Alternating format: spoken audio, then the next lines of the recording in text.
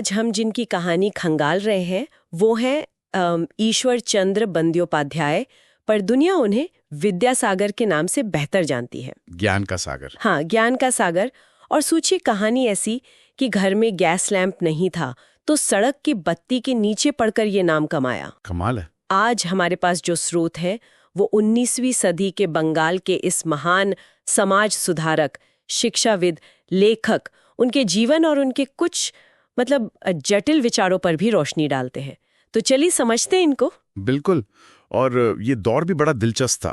जैसे बंगाल पुनर्जागरण कहते हैं, मतलब वो सामाजिक, सांस्कृतिक, बौद्धिक, हर तरह की उथल पुथल का समय था। सही। और विद्यासागर उस सबके बीच एक बहुत बहुत बड़ी हस्ती थे जो परंपरा और आधुनिकता के सवालों से लगातार जूझ रहे थे। हाँ, और उनका नाम सुनते ही जैसे सबसे पहले जिक्र आता है विधवा पुनर्विवाह का। इसका वो जबरदस्त अभियान। बिल्कुल। और ये आसान तो बिल्कुल नहीं रहा होगा। उन्हें कितना विरोध झेलना पड़ा होगा। अंदाजा इस बात से लगाइए कि उनके जो विरोधी थे, जैसे राधाकांत देव और धर्म सभा वगैरह, हाँ, वो रूढ़िवादी खेमा, उन्होंने जो याचिका दायर की उस पर विद्यासागर के समर्थकों से लगभग 4 गुना ज्यादा हस्ताक्षर थे। 4 गुना, सोचिए जरा। सच में 4 गुना। हाँ, ये आंकड़ा ही बताता है कि समाज कितना कितना कट्टर था उस वक्त। विधवा विवाह को तो हिंदू रीति रिवाजों का अपमान माना जाता था। और विधवाओं की हालत भी तो अरे बहुत दयनीय थी। सिर मुंडवाना, सिर्फ सफेद साड़ी पहनना, समाज से लगभग काट दिया जाना। कई तो बेचारी वेश्यावृत्ति तक पहुंच जाती थी। विद्यासागर ने न सिर्फ आवाज उठाई बल्कि कानून पास करवाने में जी जान लगा दी। और वो कामयाब भी हुए। 1856 का वो हिंदू विधवा पुनर्विवाह अधिनियम, हाँ, लॉर्ड डलहौजी ने उसे फाइनल किया था। ये महिलाओं की स्थिति सुधारने की दिशा में एक बहुत बड़ा क्रांतिकारी कदम था उस समय के हिसाब से। और सिर्फ विधवा पुनर्विवाह ही नहीं, शायद बाल विवाह और बहु विवाह, ये कुरीतियां भी उनके निशाने पर थीं। निश्चित रूप से वो बाल विवाह के सख्त खिलाफ थे और उनके प्रयासों का असर भी हुआ कहीं ना कहीं। बाद में जो 1891 का एज ऑफ कंसेंट एक्ट आया, जिसमें सहमति की उम्र कम से कम 12 साल तय हुई, उसमें उनकी भूमिका मानी जाती है। अच्छा। और हाँ, बहुविवाह के भी वो घोर विरोधी थे। उनका साफ मानना था कि समाज तभी आगे बढ़ेगा जब महिलाएं शिक्षित होंगी, सशक्त होंगी। इसीलिए तो वो हिंदू महिला स्कूल, जो बाद में बेथ्यून स्कूल बना, उसके सचिव भी रहे। तो समाज सुधार के साथ साथ उन्होंने भाषा के लेवल पर भी बड़े काम किए हैं ना। ये बंगाली गद्य को सरल बनाने वाली बात और वर्णमाला को ठीक करने वाली। हाँ, ये बहुत जरूरी काम था। देखिए, उस समय बंगाली गद्य काफी मुश्किल, संस्कृत जैसा होता था।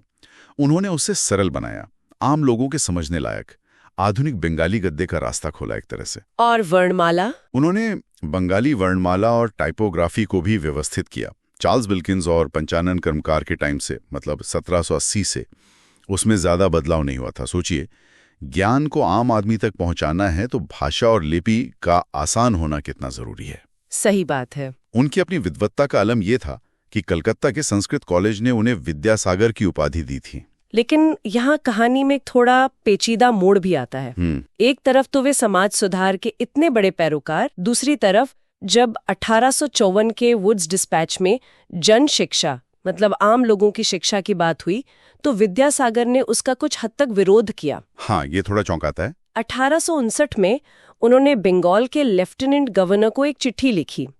उसमें तर्क दिया कि सरकार को पहले ऊंचे वर्गों की शिक्षा पर ध्यान देना चाहिए। ये बात कुछ हजम नहीं हुई?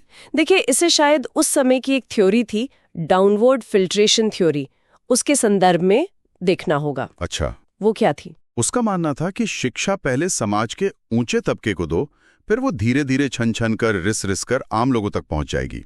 आज हमें ये गलत लगती है, पर उस वक्त कई बड़े लोग ऐसा मानते थे। तो ये दिखाता है कि वो भी अपने समय की सोच से पूरी तरह अछूते नहीं थे। हाँ, बिल्कुल। महान से महान सुधारक भी कभी कभी अपने समय की सीमाओं में बंधे होते हैं। उनकी सोच में भी वो प्रचलित धारणाएं झलक सकती हैं। और एक और घटना है जो इसी जटिलता को दिखाती है। उन्होंने संस्कृत को ये कहकर कि जाति व्यवस्था में ये वर्ग बहुत नीचे आता है। और मजे की बात देखिए, उनकी खुद की शुरुआती पढ़ाई कलकत्ता में एक अमीर स्वर्णकार सज्जन के ही स्कूल में हुई थी। है न विरोधाभास।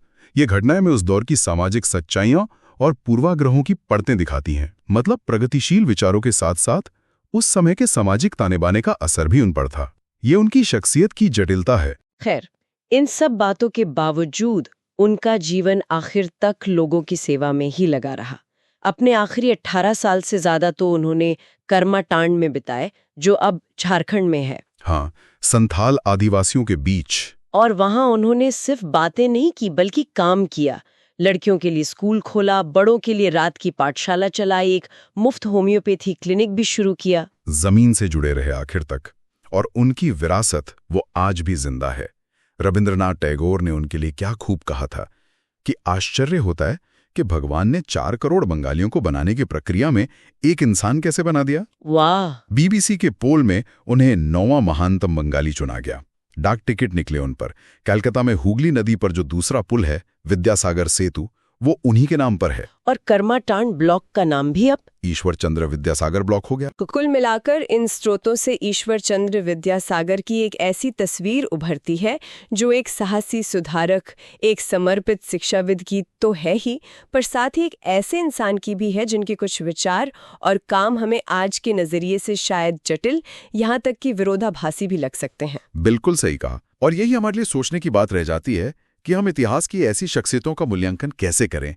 वो लोग जो कुछ मामलों में अपने समय से बहुत आगे थे, लेकिन शायद कुछ दूसरी बातों में उसी समय की सोच या सीमाओं से बंधे हुए भी नजर आते हैं। ये सवाल आज भी उतना ही अहम है।